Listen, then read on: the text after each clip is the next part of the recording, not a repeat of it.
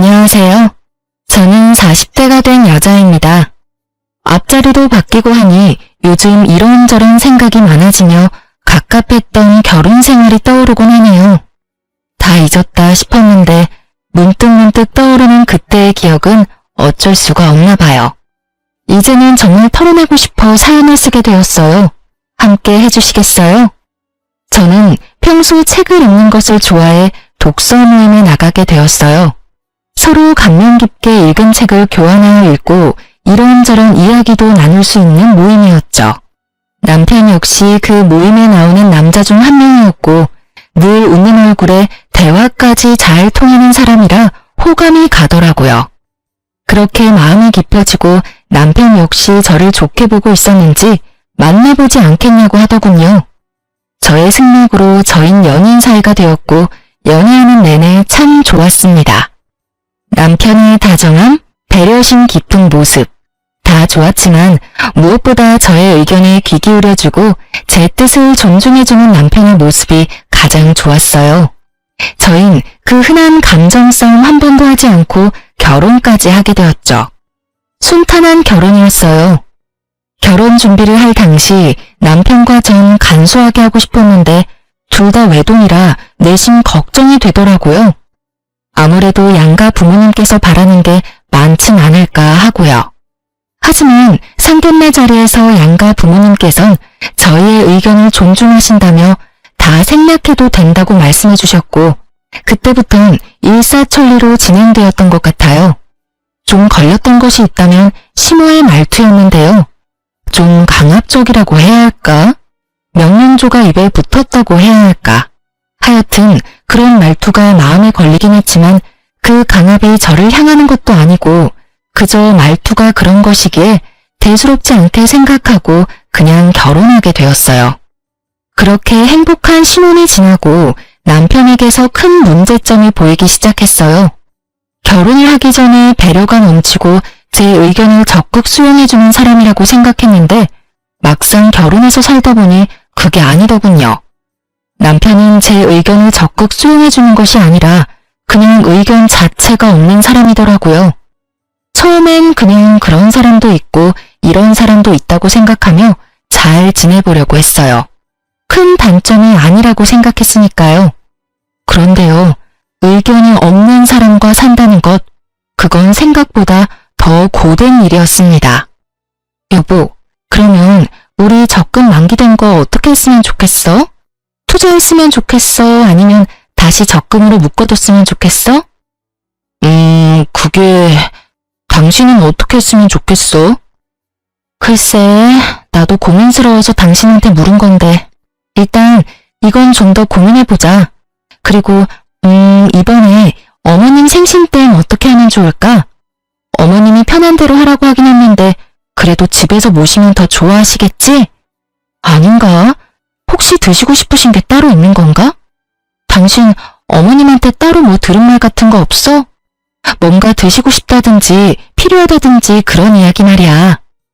엄마가 편한 대로 하라고 했으면 왜 시켜도 될 것 같긴 한데. 아닌가?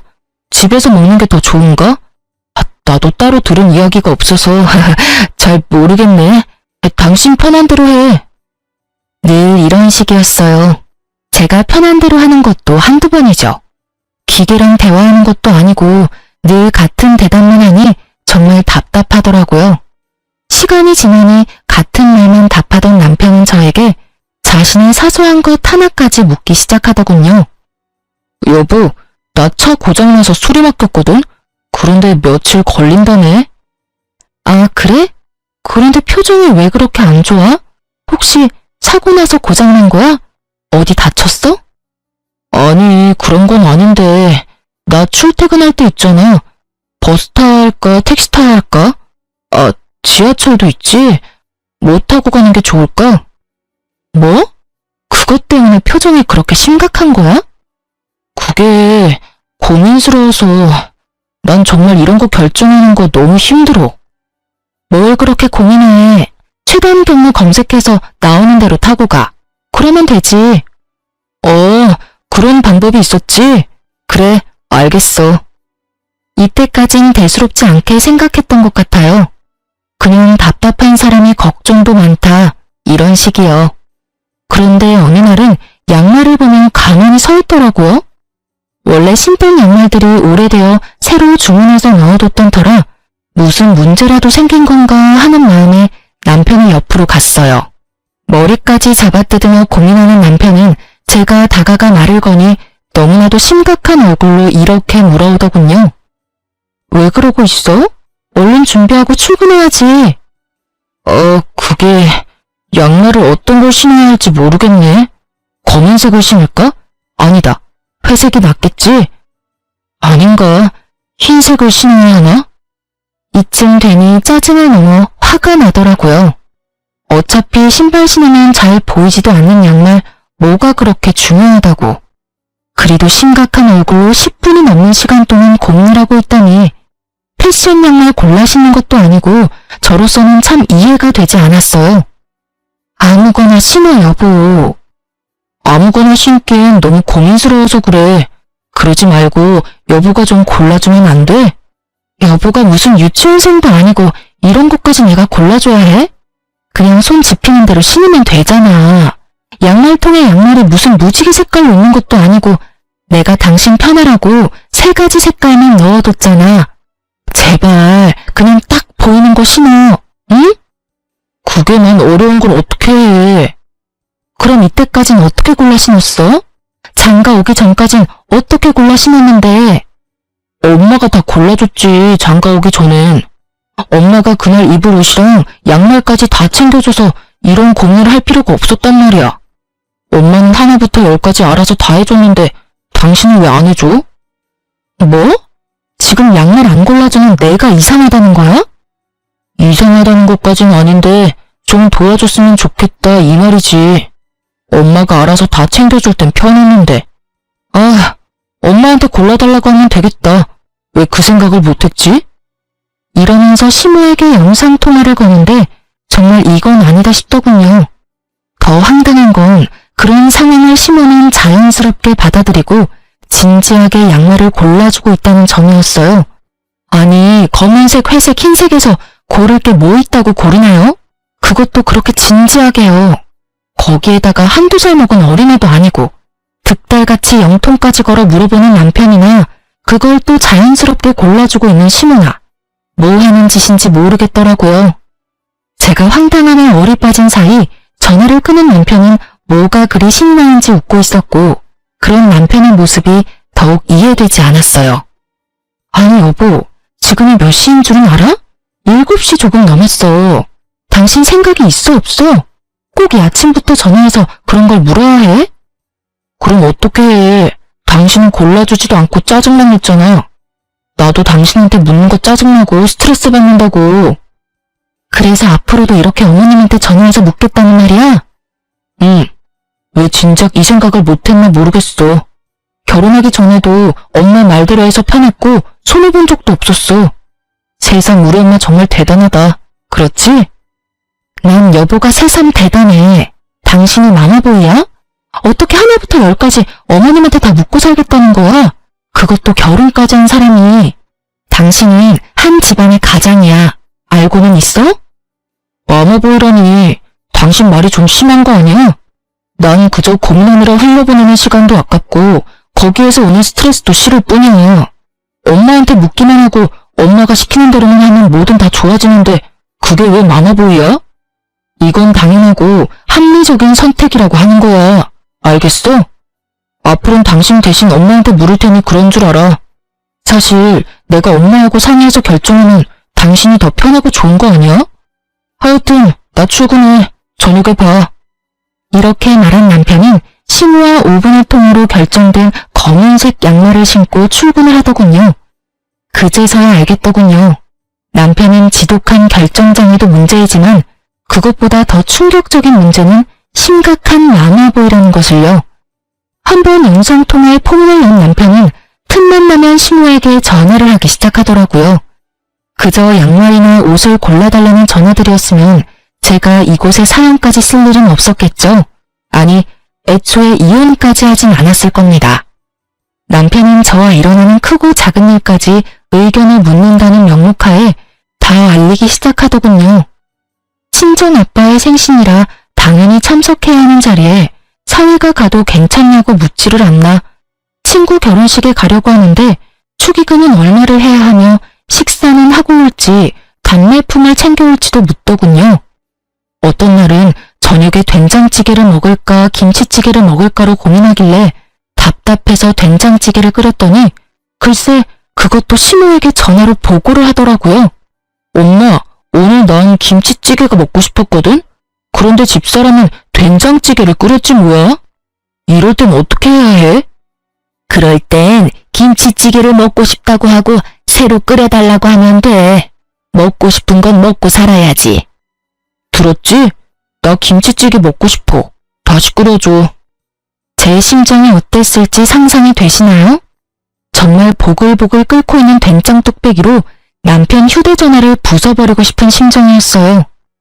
남편은 서서히 자신의 문제를 넘어 부부 사이의 문제까지도 시모에게 묻고 시모가 시키는 대로 하기 시작했고 당연히 저와 남편은 싸움이 잦아지게 되었어요. 일이 그렇게 되니 전 당연히 시모의 미움을 한몸에 받게 되었고 처음엔 남편을 통해 저에게 말을 전하던 시모는 어느 순간부턴 남편과의 전화를 끊어버리고 저에게 바로 전화를 걸어 훈수질을 하기 시작하더라고요. 아가, 너 요즘 우리 아들한테 잔소리를 그렇게 한다면서? 집안에서 여자 목소리가 너무 커도 좋지 않은 법이다. 나 봐라, 얼마나 내조를 잘하니? 날 보고 좀 배우렴. 그리고 앞전에 우리 아들 입고 왔던 옷은 영 별로더라. 그거 버리고 베이지 계열 옷 사다 입혀. 우리 아들은 그런 색 입히는 게 잘 받아. 알겠니? 이런 식으로요. 저에게 할 말을 어디 메모라도 해놨다가 몰아붙이는 것도 아니고 2, 3일에 한 번씩 전화가 와서 다다다 자기 할 말만 하고 끊어버리는데 정말 이건 아니다 싶더라고요. 아주 시댁의 시자만 들어도 치가 떨리는 상황인데 참고 있던 저의 인내심을 뚝 끊어버리는 일이 일어나고 말았습니다. 그날도 다른 날과 마찬가지로 퇴근을 하고 기쁜 마음으로 집으로 돌아왔어요. 집엔 불이 환히 켜져 있었고 전 당연히 남편일 거라 생각했어요. 하지만 저희 집엔 남편은 없었고 누구보다 자연스럽게 주방에서 요리를 하고 있는 어머님이 있더라고요. 전 결혼을 하기 전부터 이건 절대 안 된다고 생각했던 것 중 한 가지가 이것이었어요.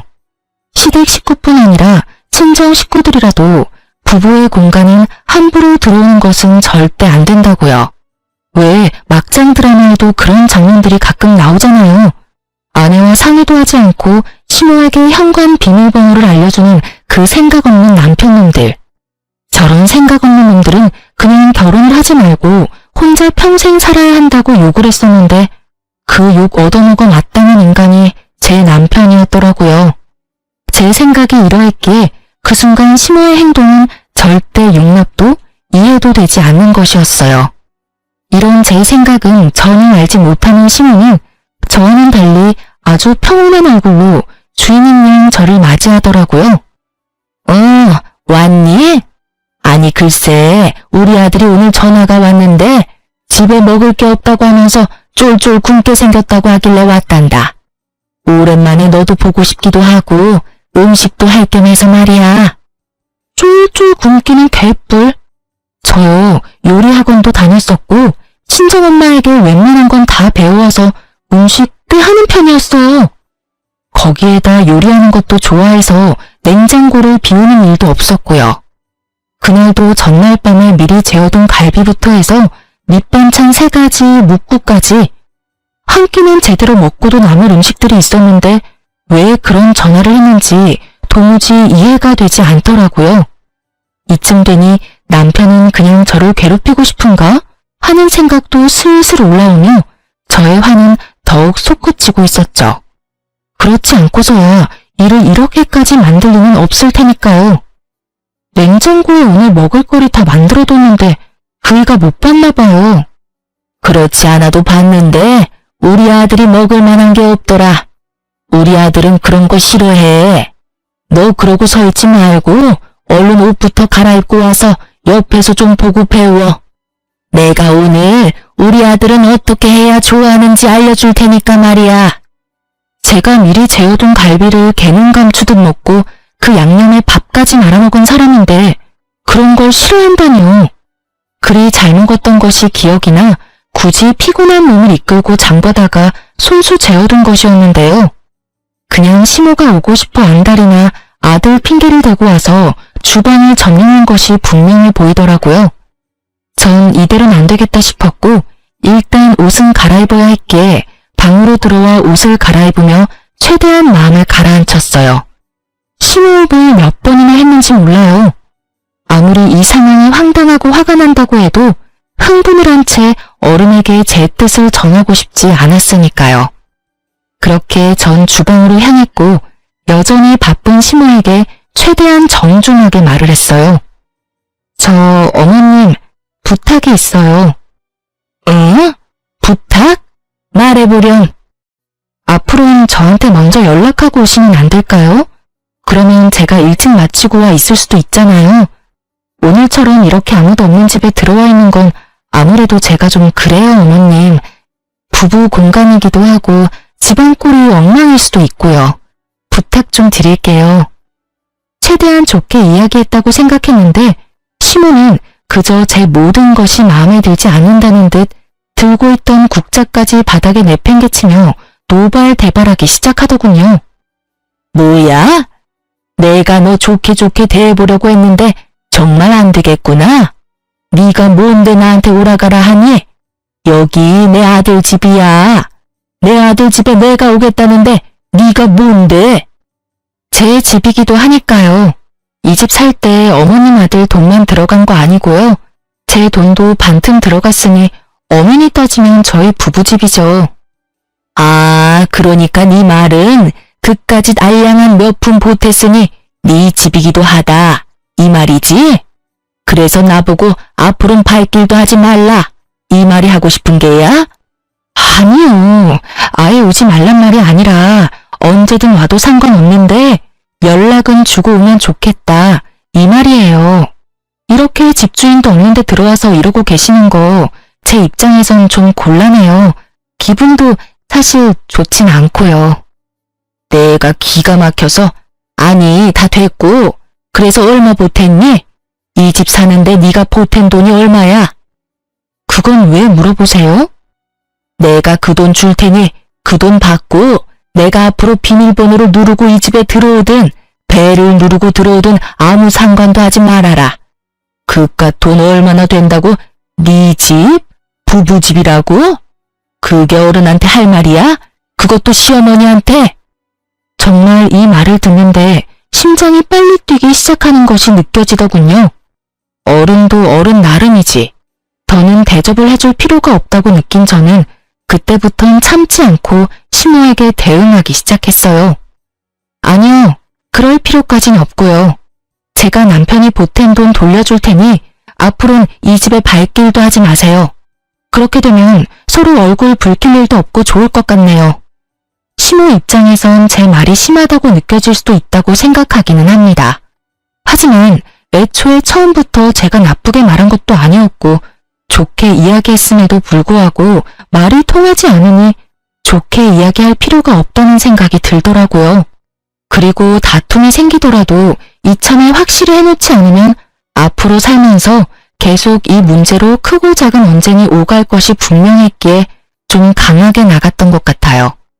시모는 이런 상황은 예상도 하지 못했는지 표정이 확 바뀌기 시작하더니 그때부턴 마구잡이 폭언이 시작되더라고요.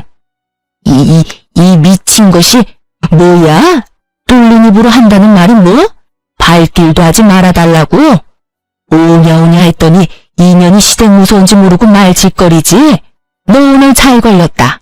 오늘 내가 너 그 썩어 빠진 정신머리 확 뜯어 고쳐주마. 꿇어. 얼른 무릎 꿇고 손이 발이 될 때까지 빌어. 얼른! 제가 왜요? 제가 뭘 잘못해서 무릎까지 꿇어야 하나요? 전 절대 무릎 꿇을 생각도 손이 발이 될 때까지 빌 생각도 없어요. 아니, 애초에 잘못은 어머님이 하셨잖아요. 요즘 아무리 자식 집이라고 해도 아무도 없는 집에 이렇게 막무가내로 들어오는 부모님들이 어디 있어요. 저희 친정 부모님들은요, 상이 불편할까 싶어서 집에 찾아오지도 않으시고 심적으로 부를 때도 3회 일정 2번, 3번씩 물어보시고 컨디션 체크까지 해서 부르세요. 그런데 어머님은 제가 뭘 그렇게 잘못했다고 욕하면서 무릎까지 꿇으라고 하냐고요. 기어코 저의 입에선 쌓인 말들이 쏟아져 나와버렸고 제 말을 듣고 있던 시모는 사연은 차마 쓰지 못할 욕을 하기 시작하더군요. 각종 동물의 새끼들이 난무하고 제 어깨를 손가락으로 밀치기까지 하는데 차마 상종 못할 인간이라는 생각이 딱 들더라고요. 그래서 전 대화가 시작되기 전 혹시 모를 상황에 대비해 녹음 중이던 휴대전화를 버젓이 시모의 얼굴에 내밀었어요. 그러니 또 시모가 노발대발하며 물어오더라고요. 너 지금 뭐하니? 설마 녹음하니? 네, 다 녹음하고 있어요. 혹시나 하는 상황이 오면 이런 것도 다 증거가 된다고 하더라고요. 그래서 미리미리 증거 확보하고 있어요. 사실 증거용으로 녹음한 것은 아니었고 남편에게 네가 오늘 나에겐 단 한마디 상의도 없이 시모에게 현관 비밀번호를 알려줘서 이런 상황까지 왔다는 것을 들려주려고 녹음한 것이었는데 이게 이런 식으로 쓰일 줄은 저도 미처 알지 못했네요. 하여튼 시모는 본인이 생각해도 말이 심해도 너무 심했다 싶었는지 이때부턴 말은 하지 않았고 말 대신 눈으로 욕을 하기 시작하더군요. 그러면서 본인이 만든 음식과 식탁 위에 올려져 있던 한약을 챙기며 이렇게 말하더라고요. 내 아들 먹이려고 한 음식 네 입에 들어가는 꼴은 못 보겠으니 다 챙겨가서 내 아들 먹이마. 그리고 이 한약은 너 임신 잘 되라고 비싼 돈 주고 지어온 한약인데 네 말대로 혹시 모르는 상황이 올 수도 있으니 이것도 가지고 가마. 네, 그렇게 하세요. 그리고 다음부턴 연락은 꼭 하고 오시고 빈집에는 들어오지 마세요. 못된 년 같으니라고 오라고 부탁을 해도 앞으로는 올 일 없을 것이다. 오늘 네가 나한테 어떻게 했는지 잊지 말렴.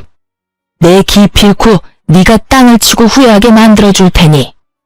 마지막까지 대화를 욕으로 마무리한 시모는 현관으로 향했고 그 순간 퇴근하고 돌아오는 남편과 마주하게 되었죠. 머리끝까지 화가 난 시모는 남편을 지나쳐 나가버렸고 남편은 심상치 않은 분위기를 감지했는지 집으로 들어오려던 발걸음을 돌려 그대로 시모를 따라가 버리더라고요. 기가 얼마나 막히는지 그저 코웃음만 나더군요. 전 이때부터 심각하게 이혼을 고민하게 되었어요. 사랑? 물론 남편을 사랑하긴 했었죠. 그러니 결혼까지 하게 되었던 거고 그때껏 모진 수모도 참아왔던 거고요. 하지만 그 사랑이란 감정도 많은 실망들로 인해 식어버린 지 오래였고 무엇보다 저딴 인격의 시모를 진심으로 존경하며 잘 살 자신이 없었어요. 제 고민이 깊어지는 사이 일주일이 지났고 그렇게 가버린 남편은 연락도 없이 돌아오지 않고 있었어요. 하루 이틀이야 저 역시 머리가 복잡했기에 돌아오지 않는 남편을 보며 차라리 잘 됐다는 생각도 했었지만 그것이 3일이 되고 4일이 되더니 기어코 일주일 찍고 나니 아무리 그래도 이건 아니라는 생각이 들더라고요. 그래서 전 끝을 내더라도 얼굴을 보고 끝을 내야겠다는 생각에 시댁으로 찾아가게 되었어요. 시댁에 도착을 하니 어떤 젊은 여자가 시댁 문을 열고 들어가고 있었는데 한눈으로 봐도 처음 보는 여자인데 자연스럽게 열린 대문으로 들어가고 있더라고요. 누구인지 떠올리는 것도 잠시 제대로 닫히지 않은 대문을 열고 시댁으로 들어갔고 현관문도 열어보니 잠겨있지 않아 인기척을 내며 들어가려는 순간이었어요. 임신이라는 단어가 제 귀에 와서 딱 박히는 순간 전 모든 행동을 멈추고 시모와 젊은 여자의 대화를 엿듣기 시작했어요. 그러니까 임신은 언제든 가능하다 이 말이죠? 그거 참 다행이네요. 네, 병원에서 자궁도 건강하고 다른 문제점도 없다고 했어요. 결과지는 여기 있어요. 좋네요. 아유, 한 번에 임신이 되면 얼마나 좋을까. 내 나이도 있고 아들도 그렇고 빨리 손주가 보고 싶거든요. 오죽했으면 이런 짓까지 하겠어요.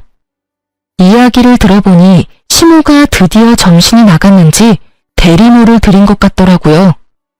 당장이라도 그 잘난 아들 이혼이라도 시키고 싶은데 저에게 이혼 사유는 없고 그렇다고 제가 호락호락 이혼을 받아들이지 않을 것이 분명하고 그런 와중에 손주는 빨리 보고 싶은데 제 피가 섞인 손주는 보고 싶지 않았던 시모가 이 미친 짓을 꾸민 것이었어요.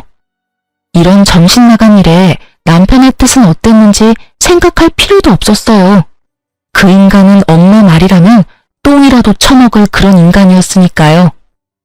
아, 약은 잘 챙겨 먹고 있죠? 이 한약 유명한 한의원에서 지어온 임신 잘 되는 약이에요. 이왕 일 치르기로 한 거 빨리 끝내는 게 서로한테 좋지 않겠어요? 네, 들어오던 날부터 해서 3일 동안 하루도 빠지지 않고 잘 먹고 있어요. 오늘은 배도 유난히 더 따뜻한 것 같고 그렇네요. 그래요? 비싼 값 하네요. 그리고 다시 한번 말하지만 우리 바깥 양반 앞에서는 지금까지 했듯이 내 먼 친척 딸이라고 해주면 돼요. 절대 실수하면 안 되는 거 알고 있죠? 네, 그럼요. 실수하지 않도록 할게요. 걱정하지 마세요. 3일이나 됐더라고요. 남편이 시댁에서 지내기 시작한 지 고작 일주일인데 그 젊은 여자가 시댁에서 지내기 시작한 게 3일이라니. 어이도 없고 머리끝까지 화도 차올랐지만 일단 전 그 자리를 벗어났어요. 들이닥쳐 다 엎어버리고 끝내버리기엔 벌인 일에 비해 너무 약한 벌을 주는 것 같았으니까요. 집으로 돌아온 전 당장이라도 남편 놈을 집으로 불러들여야 하나 고민도 했지만 이미 이혼도 결심했겠다. 남편 꼴도 보고 싶지 않을 뿐더러 남편이 시댁에 있어야 진정한 복수가 될 것 같아 그냥 두기로 했어요. 전 어떻게 해야 할지 고민했고 묘수가 될지 무리수가 될지 모르겠지만 한 가지 방법이 번뜩 떠오르더군요. 다음날 전 꽤 일찍부터 시모의 집 가까운 곳에 차를 주차하고 남편이 돌아오길 기다렸어요. 아무래도 저녁엔 시부도 집에 있을 것이고 일이 일어난다면 낮을 거란 생각에 일찍 서두른 것인데 아니나 다를까 점심시간이 지나자 반차라도 쓴 것인지 남편님이 모습을 드러내더라고요. 저는 숨죽여 시댁을 주시했고 뒤이어 시모가 나오는 모습을 보고 확신에 차 경찰에 대리모를 고용해 불법적인 행위가 일어나는 곳이 있다며 신고를 했습니다. 여러모로 고생이 많으신 경찰관분들은 정말 총알같이 출동을 해주셨고 저는 경찰관들을 대동하고선 시댁을 들이닥쳤어요. 남편이 집에 두고 간 시댁집 열쇠를 챙겨온 덕에 벨 따윈 누를 필요도 없이 그야말로 현장 급습을 하게 된 것이었죠. 갑작스럽게 들이닥친 저와 경찰관을 본 남편과 여자는 크게 당황을 하더라고요. 다행인지 불행인지 너무 빨리 들이닥치는 바람에 일을 치르기 전이었지만 그 정황들이 어떤 상황인지 모두 알려주고 있었죠. 여자는 당황스러운지 방으로 숨어 나오지 않았고 남편은 거실로 나와 아무 말도 못하고 저와 경찰분들의 눈치만 살피며 시모에게 연락을 하고 있더라고요. 뭐 당연한 일이라고 생각했네요. 저 생각이라고 없는 놈이 이 상황에서 무슨 말을 해낼 수 있겠어요? 시모는 근처에서 대기하고 있었는지 빨리도 돌아왔고 오면서 변명거리라도 생각했는지 신발을 벗기도 전에 말을 쏟아내고 있더라고요. 대리모라니 말도 안 돼요. 저 애는 우리 아들이랑 지금 만나고 있는 애라고요. 에? 유부남 아닌가요? 여기 이분이 부인이라고 하던데요. 유부남 맞아요. 맞긴 한데 곧 이혼할 예정이라 별거 중이었어요. 아무래도 며느리가 큰 오해를 하고 신고까지 한 모양인데 절대 그런 거 아니니 이만 돌아가 주세요. 이혼이라뇨? 전 이혼에 관해선 이야기 들은 적도 없는걸요. 다툰 건 남편이 아니라 어머님이랑 다퉜고 집 나간 남편이 일주일째 집에는 오지도 않고 시댁에 있었던 건 맞는데 이혼 이야기는 한 적도 없어요. 상반되는 주장에 경찰관은 이러지도 저러지도 못하는 상황이 되어버렸어요. 대리모 처벌을 받게 된다면 제일 좋은 상황이겠지만 찾아보니 불법적인 행위는 맞으나 그걸 증명하는 것이 몹시 어려울 뿐 아니라 현실적으로 힘들 수 있다는 걸 알고 있었기에 이쯤에서 경찰관들은 보내드리기로 했어요. 애초에 저의 계획은 이 모든 광경을 경찰분들이 함께 보고 들어 훗날 혹시 모르는 상황에 이와 같은 사유로 신고했다는 기록을 남기고 또 저의 증인이 되어주시면 좋겠다 하는 마음에서 신고를 한 것이었으니까요. 저의 계획대로 경찰관들은 언제든 도움이 필요하다는 연락을 달라며 연락처를 주고 가셨고 시모는 저에게 고래고래 소리를 지르기 시작하더군요. 이 미친년아, 이게 무슨 짓이야? 경찰에 신고를 해? 네가 제정신이야? 누가 누구한테 해야 할 말을 하고 있는지 어머님이야말로 제정신이세요? 도대체 무슨 생각이면 이딴 짓까지 할 수 있는지 그 정신세계가 다 궁금하네요. 비치지 않고서야 이딴 짓을 벌일 생각을 하세요? 이렇게 된 게 다 누구 탓인데? 다 너 때문이잖아. 이게 왜 제 탓이에요? 미쳐도 곱게 미쳐야지. 왜 엄한 사람 탓을 하세요? 네가 날 무시해서 이런 일이 일어난 거다. 내 아들을 데리고 사는 주제에 네가 감히 날 무시해? 집에 발길도 하지 마. 연락을 해? 네가 내 말만 잘 듣고 그따위로 굴지만 않았어도 내가 이렇게까지 하진 않았을 거다. 이 모든 게 다 날 무시한 너 때문에 일어난 결과다. 이 말이야. 알겠니? 정말 정신이 나간 사람처럼 눈을 뒤집고 억지를 부리던 시모는 방에 숨어 떨고 있던 여자를 끌고 와 자신의 옆에 세우더니 이렇게 말하더군요. 난 얘를 내 며느리로 맞을 예정이니 넌 그런 줄 알고 당장 내 아들이랑 이혼해. 당장! 이혼하라고 하면 누가 겁낼 줄 아세요? 그깟 이혼 그렇지 않아도 할 거라고요. 돈 두둑하게 준비해두는 게 좋을 거예요. 저 소송에 하는 한이 있더라도 위자료 청구는 꼭 할 거니까요. 위자료? 우리가 왜 위자료를 줘야 하니? 그런 돈 먹고 죽으라고 해도 없다. 내 말 못 들었니? 우리 아들 이 여자랑 결혼시키려면 돈 들어갈 데가 한두 군데가 아닌데 너한테 줄 돈이 있겠니? 헛꿈 꾸지 말고 그냥 조용히 이혼이나 해. 알겠어? 아줌마, 법이 뭐 아줌마 뜻대로 마음대로 다 될 줄 아세요? 헛꿈은 아줌마가 꾸고 계시네. 꿈 깨세요. 재혼은 무슨, 이혼이나 제대로 하고 아들 재혼시킬 생각을 해야지. 시모의 말이 저도 어이가 없었는데 그 여자도 어이가 없긴 없었는지 두려움에 떨던 모습은 온데간데 없이 사라지고 크게 화를 내며 말하기 시작하더라고요. 잠시만요. 아줌마, 지금 무슨 소리 하시는 거예요? 결혼이라니. 제가 언제 결혼한다고 했어요? 전 그저 일을 하러 온 것뿐이라고요. 여자의 반박은 예상하지 못했는지 시모가 크게 당황하며 여자를 설득하기 시작하더라고요. 시모의 설득에도 여자의 마음을 돌리기엔 부족해 보였지만요. 그게 아가씨 잘 생각해봐요. 우리 집 이 정도면 꽤 사는 편이고 우리 아들 능력도 좋아. 아가씨도 이런 일이나 하는 것보단 결혼해서 아기 낳고 안정적으로 사는 게 더 좋지 않겠어요? 며칠 되진 않았지만 내가 아가씨가 마음에 들어서 그래. 우리 바깥 양반한테야 사실 먼 친척이 아니라 친구 딸이었다고 둘러대면 되는 거고. 어때요? 좋지 않아요? 좋기는요? 제가 비록 돈이 급해서 이런 제안을 받아들이긴 했지만 이딴 남자랑 결혼할 생각은 죽어도 없다고요. 거기에다가 이런 시어머니라니 제가 미쳤어요?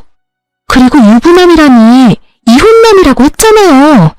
이혼했는데 자네는 꼭 보고 싶어서 어쩔 수 없이 이런 방법까지 찾게 됐다면서 그래놓고선 기막혀서 정말. 저 그만둘게요. 어차피 그 한약만 먹었다 뿐이지 일은 시작도 못했고 돈도 못 받았으니까 없던 걸로 치자고요. 그럼 좀 가볼 테니 집안일은 알아서들 해결하시라고요. 아가씨, 그러지 말고 다시 생각해봐요.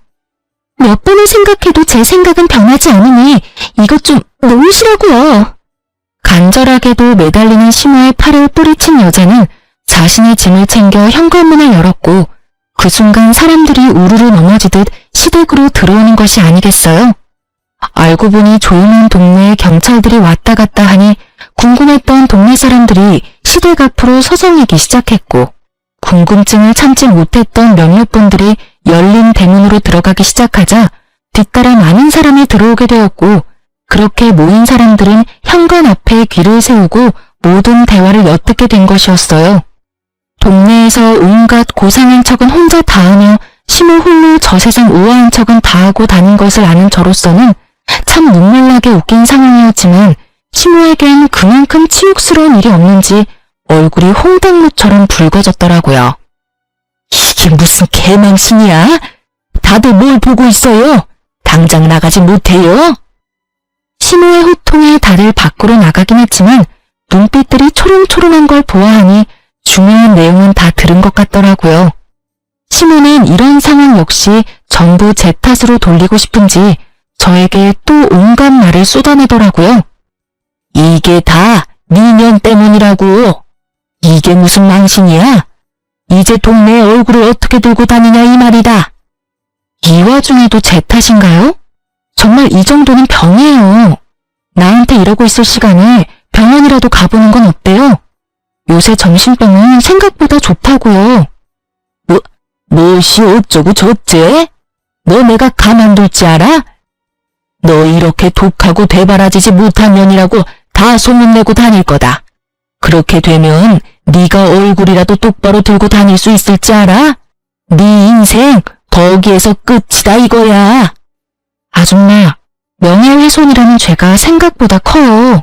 그러다 제가 합의라도 안 해주면 어디 가야 하는지는 잘 알고 있죠? 깜빵 가야 해요, 깜빵. 뭐 생활비 안 들고 좋긴 하겠네요? 머리채 정도는 잡혀줄 요령으로 한 말인데 시모는 아무 말도 하지 못하고선 목덜미만 잡고 곡소리를 내고 있더군요. 마음에 담아뒀던 말도 다 했겠다. 상황을 보니 제가 거기에서 더 할 일은 없어 보이더라고요. 이미 제가 바랬던 것보다 더욱 만족스러운 상황이었으니까요. 전 한 가지 중요한 사실과 더불어 이혼을 통보하고선 시댁에서 나왔어요. 혹시 알아? 나 여기 들어오는 순간부터 시작해서 지금까지 다 녹음 중이야. 덕분에 이혼 과정이 좀 더 수월할 것 같네. 이혼 서류 보낼 테니까 도장 찍어서 법원으로 가지고 와. 그러면 법원에서 보자. 혼자 오기 그러면 네 엄마랑 오든가 해. 전 집으로 돌아왔고 실시간으로 반하는 감정 앞에 울다가 웃다가를 계속해서 반복했던 것 같아요. 생각보다 더 잔혹했고 더 아프더라고요. 그렇게 감정의 널뛰기 속에서 헤어나오고 있는 순간 시모와 남편이 찾아왔더라고요. 그 순간에도 남편은 입을 다물고 있었고 시모가 주도해서 말하기 시작했어요. 예, 일이 이렇게까지 됐는데 계속 같이 살라는 말은 하지 않으마. 이혼은 물론이고 조건도 다 맞춰줄 테니 부탁 한 가지만 들어주면 안 되겠니? 부탁이요? 그래, 뭐 어려운 건 아니고 혹시나 우리 영감한테 연락이 와서 이혼하는 이유에 관해서 물으면 그냥 성격 차이라고 해주면 안 되겠니? 오늘 있었던 일은 제발 비밀로 좀 해주렴. 찾아와서 한다는 말이 고작 그거예요? 그런 부탁하기 전에 저한테 사과라도 해야 하는 거 아닌가요? 당신도 그래. 이런 상황에서도 입국 다물고 있는 게 말이 돼? 나한테 안 미안해? 나한테 할 말이 전혀 없냐고. 미안해 여보. 내가 다 잘못했어. 그러니까 엄마 말대로 아버지한텐 제발 비밀로 해주라. 아버지 알면 진짜 큰일 나. 왜? 아버님이 아시면 큰일이라도 나나 봐. 그야 당신도 잘 알잖아 아버지 성격. 아버지가 아시는 날엔 모르긴 몰라도 집에서 쫓겨날 거야. 그게 겁나는 인간이 그딴 짓을 해? 엄마가 괜찮다고 했단 말이야. 넌 엄마가 죽으라고 하면 죽을 거야? 됐다 됐어. 내가 너 같은 마마보이랑 무슨 말을 하겠어?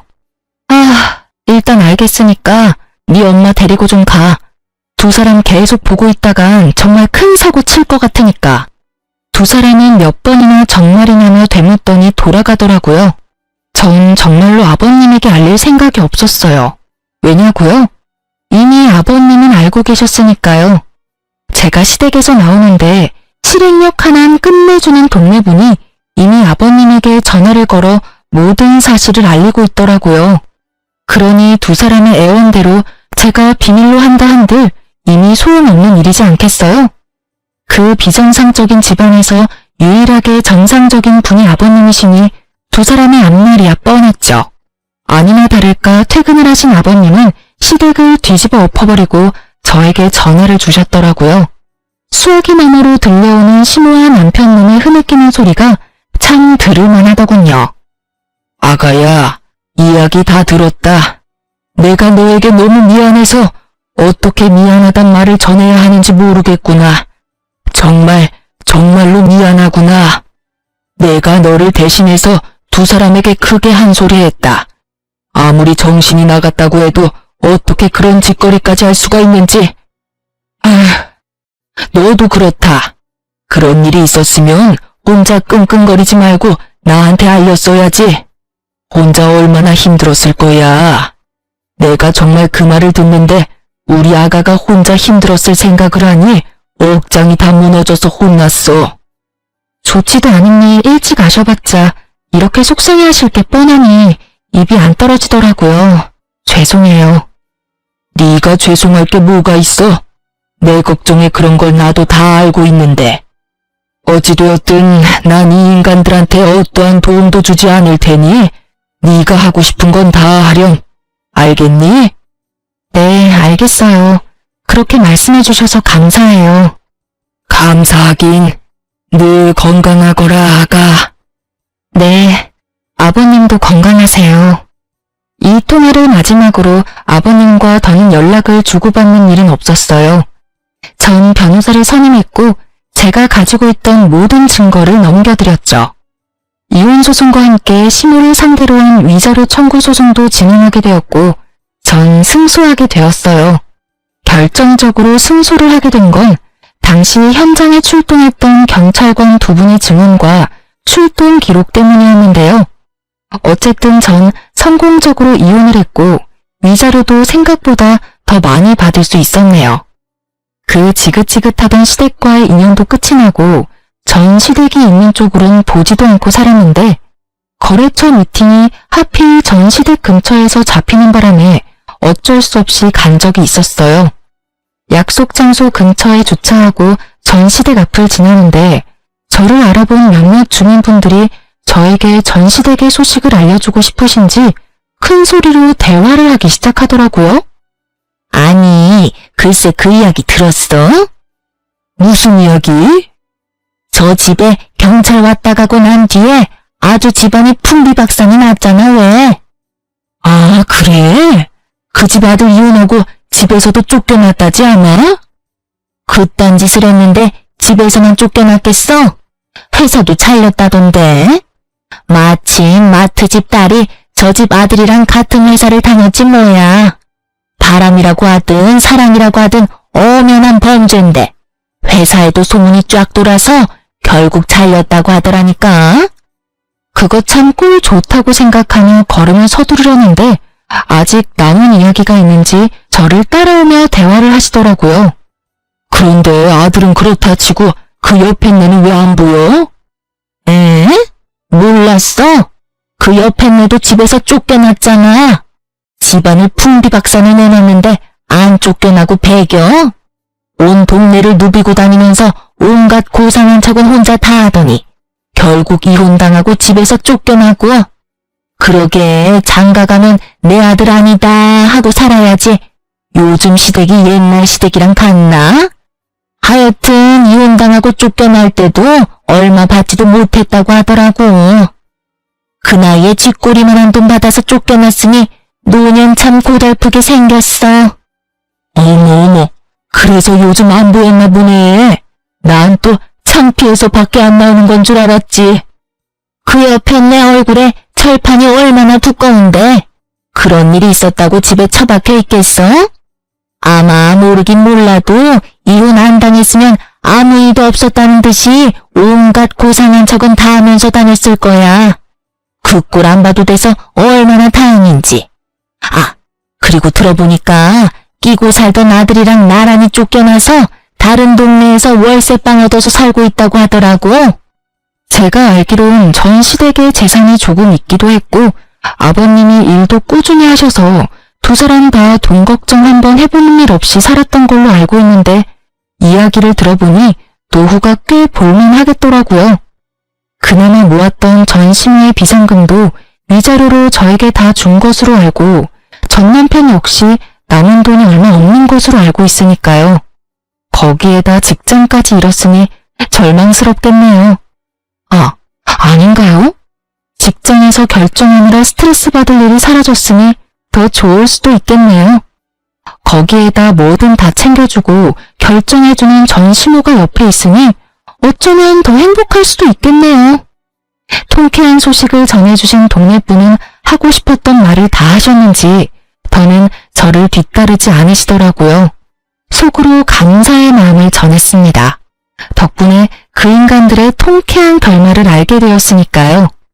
요즘엔 전 진급을 앞두고 있어서 바쁘게 보내고 있어요. 그 끔찍한 마마보이와 이혼을 한 지도 벌써 5년이란 세월이 흘러갔네요. 이렇게 보니 새삼 시간이 참 빠른 거 있죠? 그 사이 전 좋은 사람을 만나 연애를 하고 있어요. 남자친구는 평범한 직장인인데 직장뿐 아니라 다 평범하기 그지없는 평범한 사람인데 저에 대한 애정만큼은 평범하지 않은 그런 남자예요. 남자친구를 사랑하긴 하지만 한번 실패한 경험이 있어서 그런지 결혼 생각이 쉽사리 들진 않네요. 이런 저의 마음을 남자친구도 아는지 조급하게 생각하지 않는다며 기다려준다고 하고요.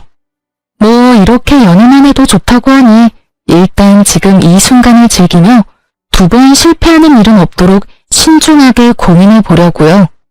이로써 저의 사연은 끝이 났네요. 어떠셨을지 모르겠어요. 전 다른 분들 사연을 들을 때 함께 욕도 하고 통쾌해하며 사연을 듣곤 했었는데 여러분도 그러셨나요? 어쨌든 저의 긴 사연 들어주셔서 감사합니다. 좋은 하루 되세요.